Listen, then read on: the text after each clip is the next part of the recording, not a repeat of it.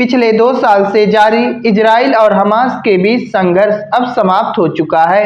अमेरिकी राष्ट्रपति Donald Trump ने इजराइल और हमास के बीच चल रहे संघर्ष को समाप्त करने के लिए जो 20 सूत्री योजना प्रस्तुत की थी, वह धरातल पर काम करना शुरू कर दी है।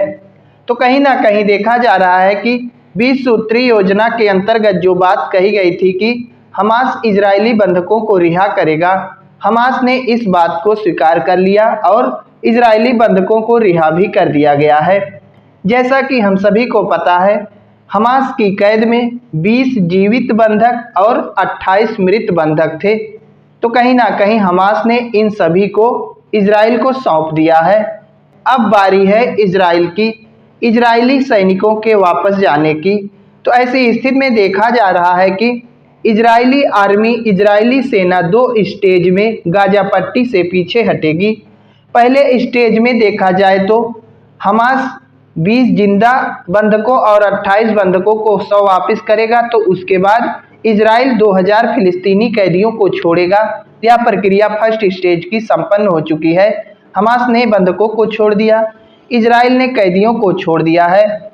उसके बाद इजरायली सैनिक गाजा के 70% इलाके से पीछे हटेंगे। वे एक येलो लाइन के पीछे रहेंगे।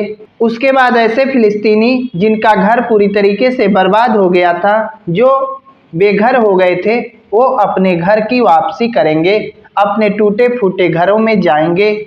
और तब इसके 2 साल बाद दूसरा चरण लागू होगा और इसके तहत देखा जाएगा कि इजराइल बाकी 30% इलाके से भी अपनी सेना हटा लेगा। उसके बाद गाजा पट्टी की सुरक्षा मिस्र, कतर, तुर्की, यूएई और अमेरिका की फोर्स संभालेगी। हमास पूरी तरीके से हथियार छोड़ देगा। गाजा में नई सरकार की बातचीत होगी कि आखिर अब गाजा में शासन करने के लिए नई सरकार कैसे बनाई जाए, कौन गाजा पर शासन करेगा, इन तमाम बिंदुओं पर चर्चा होगी।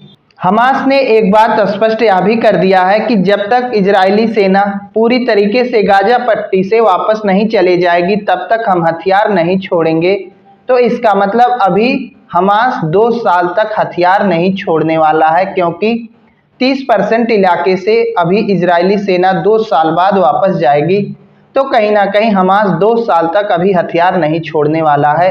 हमास ने स्पष्ट कह दिया है कि जब तक इजरायली सेना पीछे नहीं हट जाती है, हम हथियार नहीं छोड़ेंगे। बाकी इजराइल और हमास के बीच चल रहे शांति समझौता को लेकर आप लोग क्या कहना चाहते हैं, आप लोग अपनी राय दे सकते हैं। लेकिन एक बात है, यहाँ पर डोनाल्ड ट्रंप की प्रशंसा करनी होगी, क्योंकि इस शांति में संपूर्ण योगदान डोनाल्ड ट्रंप को ही जाता है।